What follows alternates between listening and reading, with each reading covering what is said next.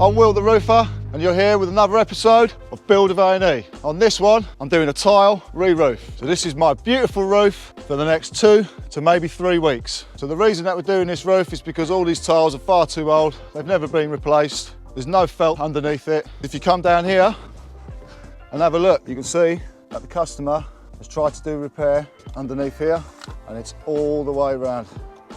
So we've got valleys, we've got verges, we've got chimney to do, some step flashing, we've got a back box, ridges along here, up to the hip, another big valley, we've got more hips to do, another chimney, and if we look down here, we've got my crew for the next couple of weeks. So we've got Pete and Ricky. So what we're going to do is, we're going to come from this point here, work our way this way, and then down that side. That's the plan for today, and then tomorrow and the day after, we're going to go down the back and come down the back side.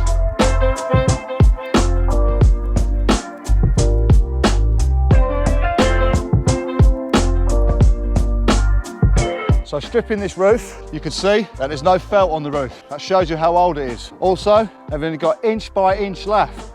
There we go. And that shows you how rotten and old this lath really is.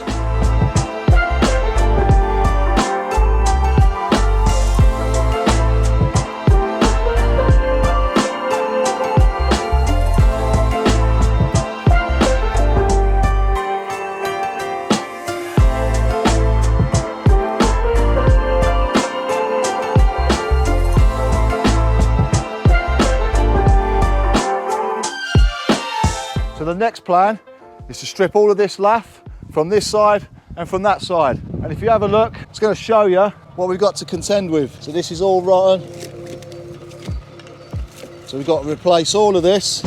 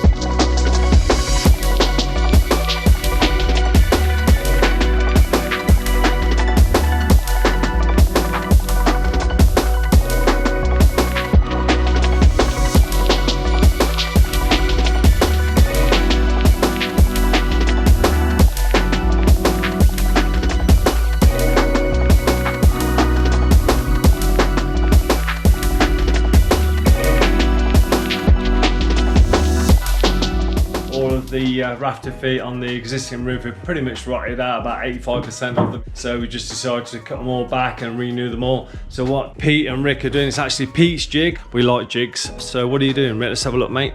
Mark it up, that's it. Beautiful. Get it out. And using the ply at the bottom here just to make sure it sits nice and even. And once we've done these, we're going to paint them up black, ready to rock and roll. So just a little simple jig like that just makes life a lot easier. Just use that as a template. So he's now going to cut them with a jigsaw.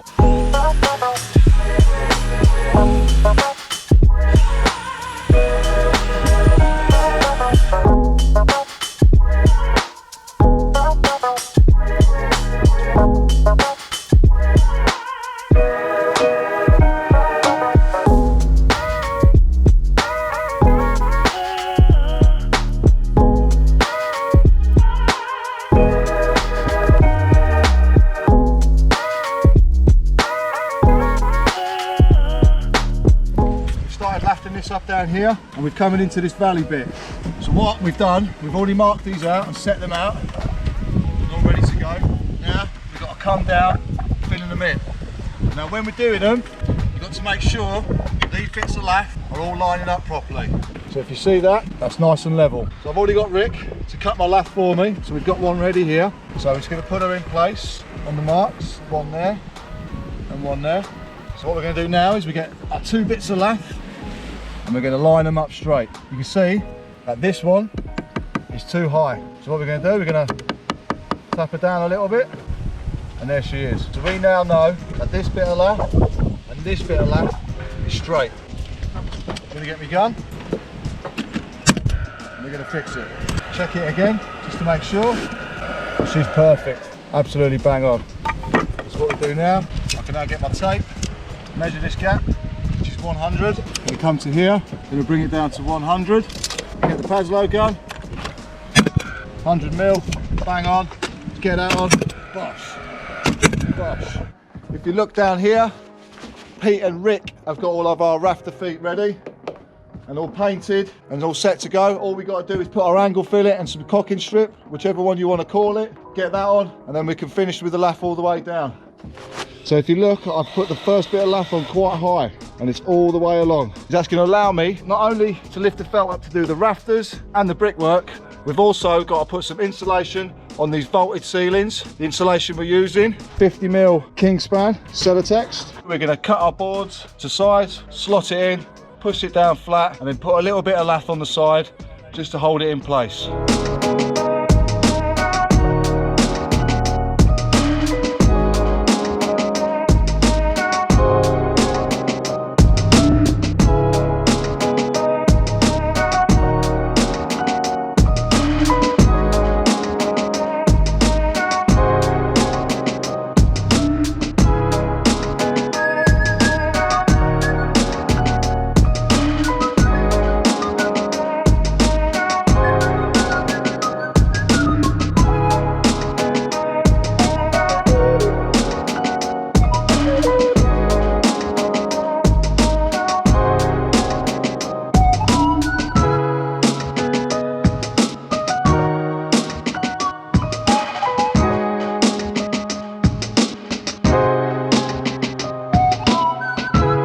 Going to show you how we're cutting a tile onto a hip. I've got a hip here. I'm just going to put it on the center of the hip. So the way I know whether you're using a tile or you use a tile and a half is by this here. So if you look, the hip has covered the corner. So as long as that hip covers the corner, you're using the right tile. When it comes to the point, the hip doesn't cover the tile, and what you've got is a little gap just here. So what we got to do is change that tile for a tile and a half, and then we'll put that on, and then you've got your cover on your hip. I'm going to put a tile on the hip like that. I then get a straight bit of lath, put it on halfway. I get my scraper, I put a mark on it like that. I then hand the tile to Rick. Put the tile on. I always nail the tile onto the hip, every single one. So all of these tiles going to be going up here, every one of them are going to be nailed.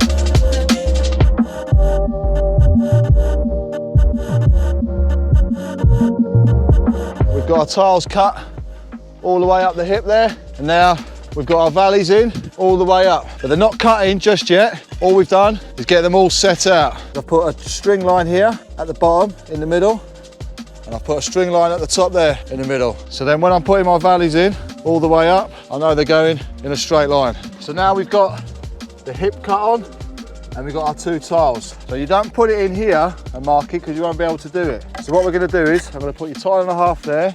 You take a tile from the one above, create that angle that we've got. Mark it like that. Push that tile in. So I'll hand that tile to Rick. So now it is important to have a straight cut. There we go.